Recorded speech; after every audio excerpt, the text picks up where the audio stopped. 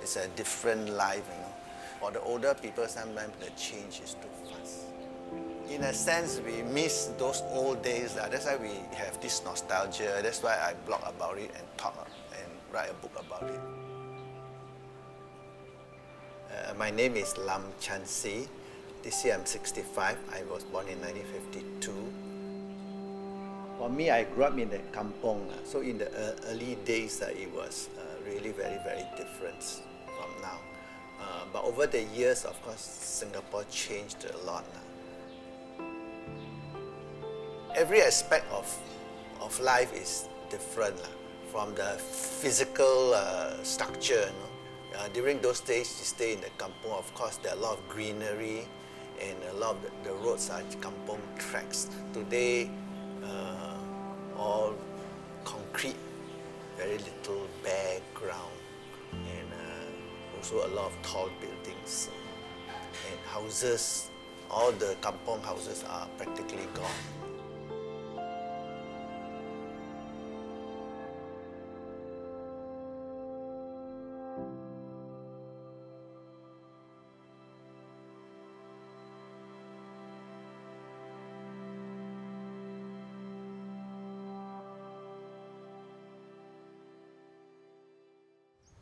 In 1974, I moved out. I moved out of the kampong. We moved to Farrer Road because at that time we read in the newspaper that HDB is building the first 5-room point block. So the first 5-room point block was in Bendemeer Road, still there. I think Singapore changed too fast, and our government is always too quick to tear down this, tear down that, upgrade this. The best example I can think of is National Library. They just tore it down in spite of all our objections. That was very close to our hearts, our memories. Because all of us students, we go there to study. They should have kept it as a museum or whatever, instead of just tearing it down. But still, a lot of the icons of our generation were lost. Like, for example, the National Theatre. These are very iconic places that would be good if they were kept. Because Singapore's landscape changed so drastically. Even today, you go to Orchard Road, it's so different from the Orchard Road of 10 years ago. So what more our time? So of course, I would take a lot of pictures of the landscape especially.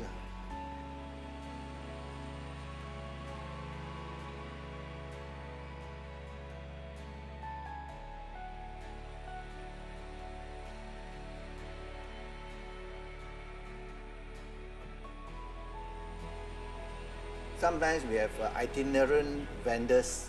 They travel from house to house, then they will sell their food. Of course, the food those days are not so luxurious like today. In fact, we seldom eat meat at home, I mean. So, like chicken and stuff like that is only for special occasions.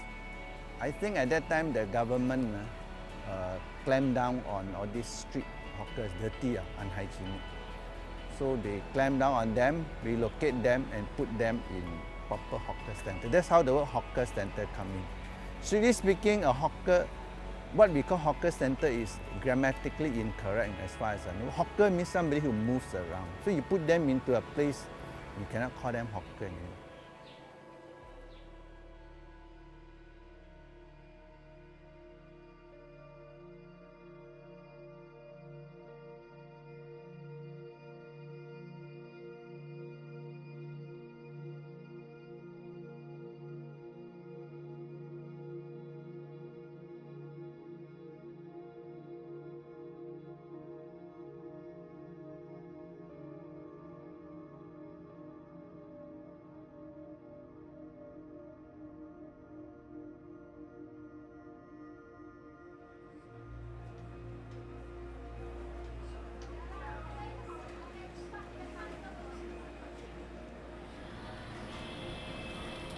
由于政府发展这个搬迁这个路边小贩，就建了这个5级芝麻小贩中心，来给路边小贩中心在这里营业。我这个永生已经走进了80年的历史了。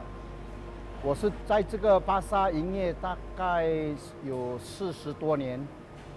第一代是从白沙埔，就是现在的 Bugis Junction、Bugis 那边，因为早期的路边是没有没有执照的，就是谁都可以在那边叫卖。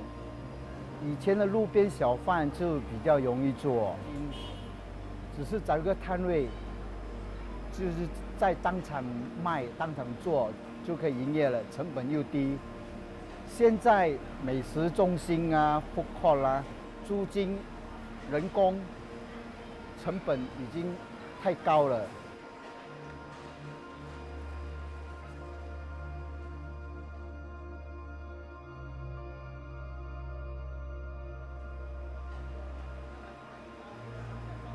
曾经在2016年，我得到了美食奖，由我们新加坡副总理单丹曼，我从那边接过我这个奖项。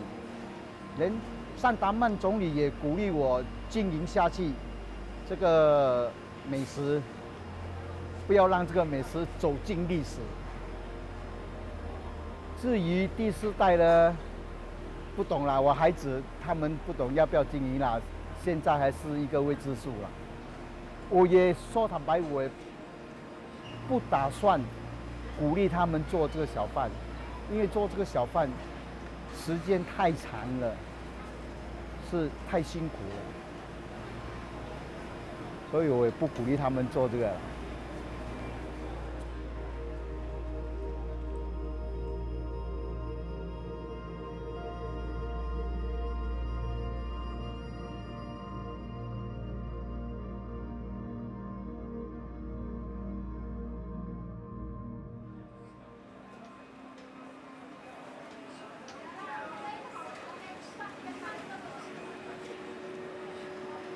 My name is Etia Tan and I'm 25 years old. I'm currently working as a hawker.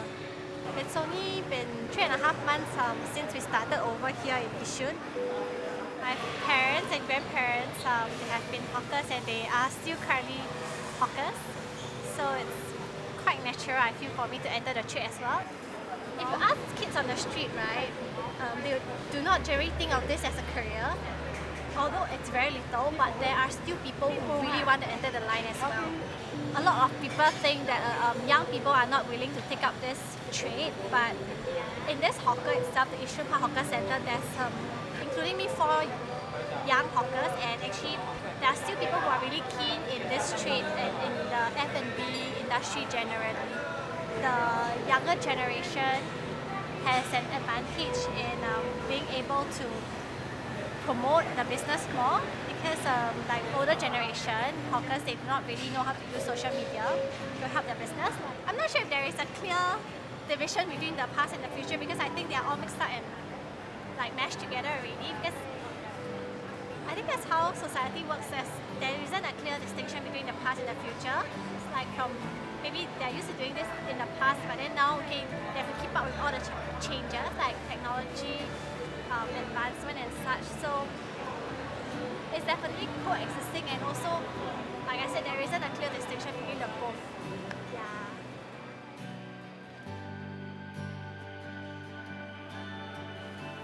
I guess this is one of the price that we pay in this country, and I don't think we can avoid it.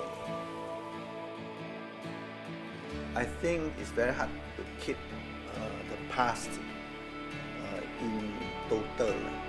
What you can keep only is some relics, some samples. Heritage is important in that sense. It's a link to the past. There's an unmeasurable value. If you destroy it all, then you're destroying your roots.